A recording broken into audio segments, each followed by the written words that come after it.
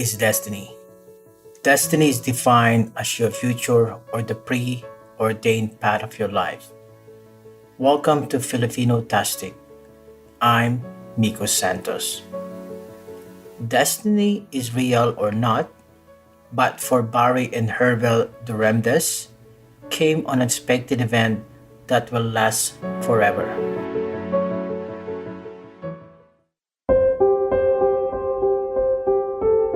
Hindi ka maniniwala, Mike, paano? But sige, kukwento ko. Kasi, work kami before sa Singapore as OFW. And then, there was one time na na-hire kami pareho to work for a photo shoot for yung wedding destination of one hotel in Singapore. But then, hindi pa kami friends na, hindi pa kami like as if nothing.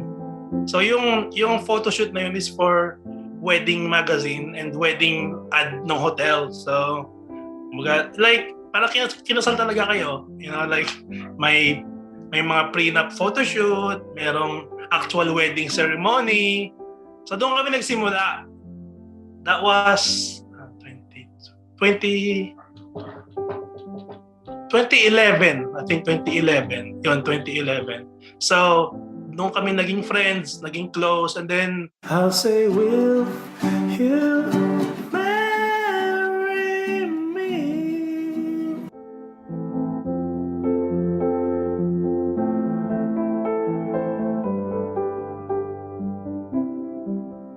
After 4 years yun, totoo nagpakasal na kami.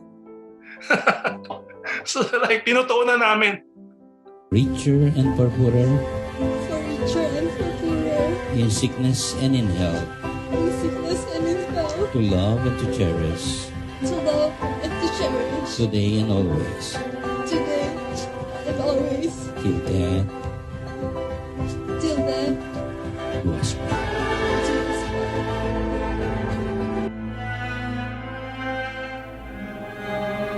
But in 2011, as they started living in Singapore as Filipino overseas worker, tension escalate on the foreign worker situation. I cannot understand what SIEC is trying to do. Why are the Filipinos still here when we are losing our jobs? And we are doing the same work at lower pay, but they are still in existence. And they are still working until this very day. The fact that this Filipino can be paid more and they still employ him, there must be a special reason, otherwise it doesn't make sense to me.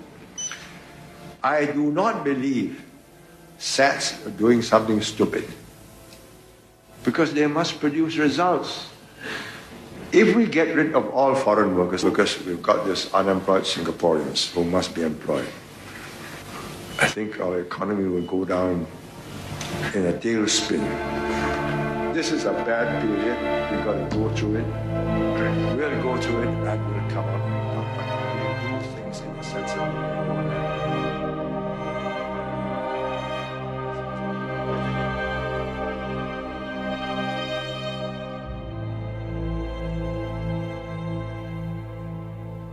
Barry and Herbel decided to find another place that will give his family a stable place and found Australia.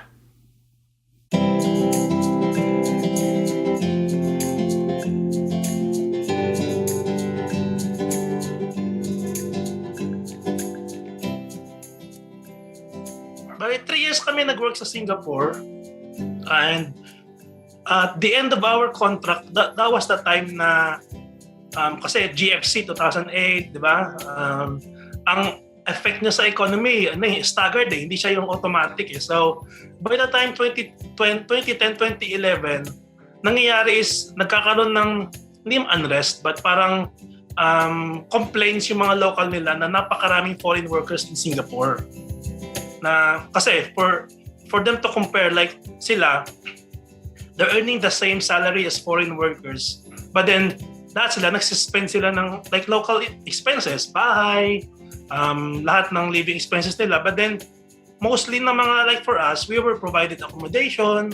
Then meron kaming baga. So ang nangyari, nagkaroon sila ng mga complaints sa manpower ministry ng Singapore or suggestions, we can say complain, na bawasan yung mga foreign workers. So, nakikita namin yung mga ibang kakilala namin, although nire-renew sila ng company nila, hindi na nare-renew yung yung visa nila through the government. So, nag-usap kami ni Belle na sabi ko, like, wag na nating hintayin na dumating sa point na hindi tayo ready. We need to find way na makalipat in a country na more stable for long term, and then kumbaga like greener pastures. Kasi although ang ganda sa Singapore like metropolitan, everything CBD, but then at the end of the day, if you're a foreigner, na foreign worker, nakasalalay lagi sa work mo yung buhay mo like compared sa here, pag nag-PR ka, bahala kang kung gusto mong 5 trabaho, kung gusto mong wag magtrabaho, up to you. But then, in countries na talagang under contract ka lang, nakasalalay sa employer or sa job mo yung visa mo. So, hindi ka pwedeng, like talagang lagi kang sunod-sunod sa employer mo. Ganun.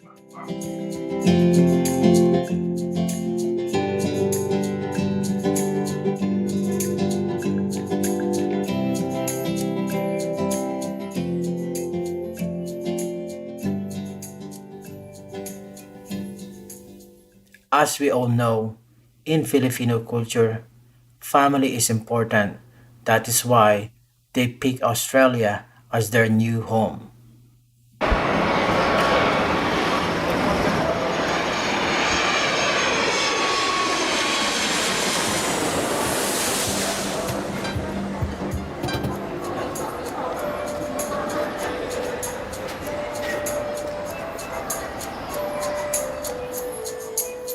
It went down to 2 choices Canada or Australia. But then kasi wife ko and I like closely knitted sa family talaga. Napakalayo ng I mean, geographically madali na mag-travel, but then mahirap umuwi kung US, Canada. So we thought, why not Australia? Mas malapit. And then although ang downside, talagang wala kaming kakilala. Like everything is new to us. Everything was new to us. Hindi yung tipong pagdating mo dito, may naghihintay na sa airport na mag-guide sa'yo, magdadala sa'yo sa titiran mo, as in nothing. Wala talaga. So, nakuha namin yung visa namin prior to coming. Online lang lahat. Bahay, inalam namin yung mga public transport. Like, kumbaga, research for a few months. Tsaka ang kasi minsan nakikita mo online, hindi siya nagre-reflect ng totoong actual di ba? Like yung nakikitang parang easy lang, parang pero once na dumating ka dito, that's when you get to face the reality na iba ang Australia. Napakarami magandang bagay, but then napakarami din na kailangan mo ng lakas ng loob at tibay. Yeah.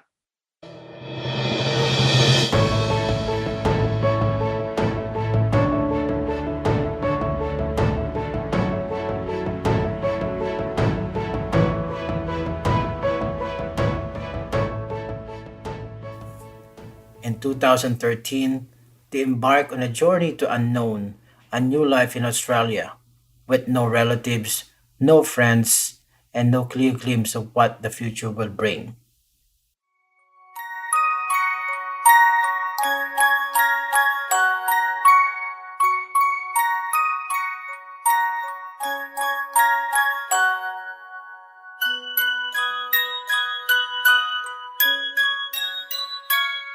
Well, because under contract lang kami sa Singapore, hindi mo ma-feel yung parang taga dito ka or taga doon ka, yung tipong but at the end of the day, yung pinaka big difference talaga is napakamahal talaga ng cost of living dito sa Australia. I could say na mahal yung accommodation in Singapore, but then during that time, kasi nung dumating kami, malaki pa yung 2013, mas malaki pa yung pera natin dito sa Australia compared sa SGD Kung iaano mo sa peso, mas mataas ang conversion ng AUD by then. So, mataas yung money, but then napakamahal ng gastusin. Like, in Singapore, makakakain kayo one meal, $3. That includes, ulam, rice, even drinks. Kasi may mga hawker center doon, di ba? Like, sa mga tinitira mo sa Singapore, yung mga parang condo or apartment, sa baba usually may mga hawker center where lahat sila kumakain, parang food court. Dito sa Australia, yung $3 mo, kulang pa sa yun, sa steam rice. Hindi siya kakasya. Kumbaga, doon ang pinakamalaking culture shock sa amin, napakamahal. Napakamahal ng food, napakamahal ng accommodation, and also, kasi ako before Singapore, nag-work din ako sa Dubai, nag-work na rin ako sa Macau, and in Singapore. Dito ko lang talaga naranasan na yung pay ng rent is weekly. Talagang kung wala kang trabaho, kung wala kang income, madidrain ka talaga financially. Yeah.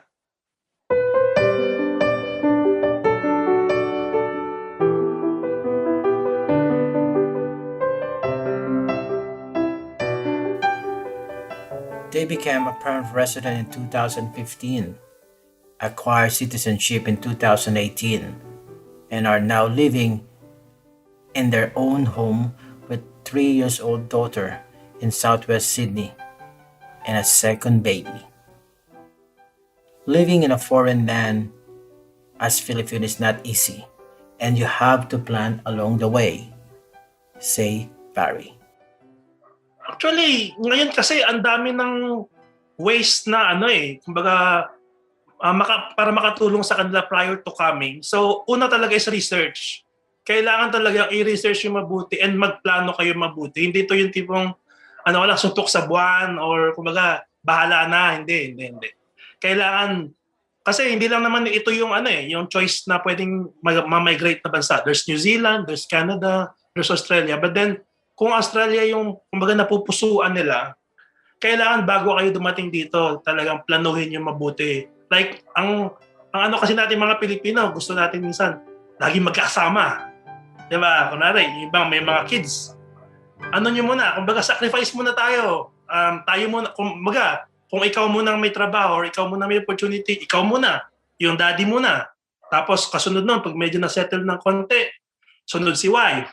Tapos sa kayo mga bata. Kumbaga, although hindi ko dinidiscourage kung yun yung gusto nila, but then, ang sinasabi ko is napakahirap kung hindi mo planado yung mo rito, magiging steps mo or magiging goal mo or ways mo para ma-achieve yung goal mo. So, online, may mga group ngayon na pwede kang humingi ng advice. Di ba? May mga migration group sa Facebook. Merong mga parang, at marami ding mga trustworthy na mga agent, migration agent na talagang tutulungan ka para kumbaga magkaroon ka ng informed decision para pumunta dito. But then at the end of the day, ang advice ko talaga is planuhin yung mabuti. Kasi una, napakamahal. It's gonna cost you a lot of money. Like for example, student visa, kung start tayo sa parang common na way na pagpunta dito, million ang mga gastos nyo dyan. So, kumbaga, up to the minor details, little details, kailangan, research nyo, planado nyo, kung magkano yung kailangan yung budget, magkano lang yung kaya nyong dalhin, gano'n.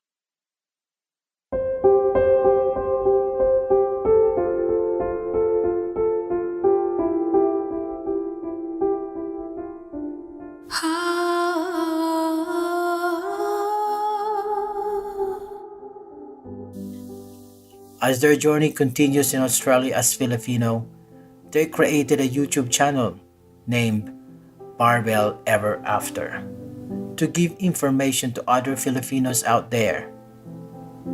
In our culture, we love to help each other and we call it bayanihan, just like what is happening in the Philippines right now, the community pantry. Barry and Herbel share their blessing in the Philippines. Love, Chicken Joy.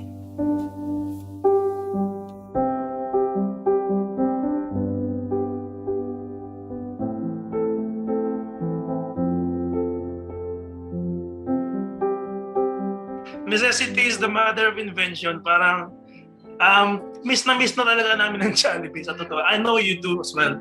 Kasi before the pandemic, siguro every 6 or 8 months umuwi kami ng Pilipinas to spend time with family. So ano yan, every uwi, Jollibee talaga number 1 yan. Kahit kumbaga, hindi nga sa Pilipinas minsan pag nag-Amerika, Jollibee hahanapin. Tapos, pag umuwi kami ng Pilipinas, sinasabi ng mga kasi namin, huwag na tayo sumama sa mga yan kasi magyaya, Jollibee lang naman lagi. Gusto nila pan-dining pero kami Jollibee. So, one day, few months ago, nag-try ako mag-order online kasi miss na miss ko na yung Jollibee. So, pinadalan ko yung lola ko, pinadalan ko yung mom ni Belle. Nasabi ko, kailan kaya tayo makakapag-Jollibee, makakapag-Chicken Joy? Talagang hindi, I don't think this in the next few years kasi sobrang lockdown tayo. So I said, why not mamigay kaya tayo sa mga friends natin, sa mga followers natin. Kumbaga, until that time na tayo makapag-Jollibee, try natin sila na lang kaya muna mapasaya. Kasi I know ako talaga, pag nakapag-Jollibee kami, happy talaga, joy. Kumbaga, so why not for now, since we can't do it, we share it to others. So yun, nagsimula kami may mga parang small little contest, little raffle. Tapos yung mga ibang friends namin, nakikita nila kasi usually mostly mga Australians, sabi nila, "Uy, do you want me to help? How much kumbaga can we share para magtuloy-tuloy ang yung pamimigay niyo ng food sa mga family in Philippines?" Sabi ko, "Sige, just tell if I find it, I'll tell you." So yun. Once a week nagkakaroon kami ng mga raffle, and then yung mga nakakasubaybay sa page namin, sumasali sila. Tapos meron na kami mga nabigyan ng Chicken Joy. And Mike, talagang kasi hindi ko naman lahat pinopost yung mga video kasi kumbaga out of respect. But then makikita mo talaga napakahirap talaga ng buhay ng ibang mga kababayan natin sa Pilipinas na this little, kumbaga 1 meal lang to, napakalaking bagay sa kanila. And even though masaya ako, sometimes masakit sa dibdib na kumbaga sabi nila simula ng pandemic di na po kami makakain ng mga ganitong pagkain or first time, yung mga ganong bagay na kumbaga sometimes we take it for granted. Tayong mga medyo nakaalis na ng Pilipinas, may mga trabaho kumbaga okay naman, we take these things for granted na sometimes naisip natin napakahirap, pandemic, lockdown, pero yung iba nating kababayan, they're getting it really harder than us. They're struggling. So, hopefully, matuloy-tuloy namin to na in a way na it doesn't change their situation. Hindi yan makapagpayaman sa kanila. But in that single moment, in that single meal, magkakasama sila at happy sila. Kasi minsan nakikita ko, 8 members ng family, share nila yung pagkain. But then, masaya pa sila kaysa sa iba sa atin. Yung mga ganong bagay. Which is nakakatuwa.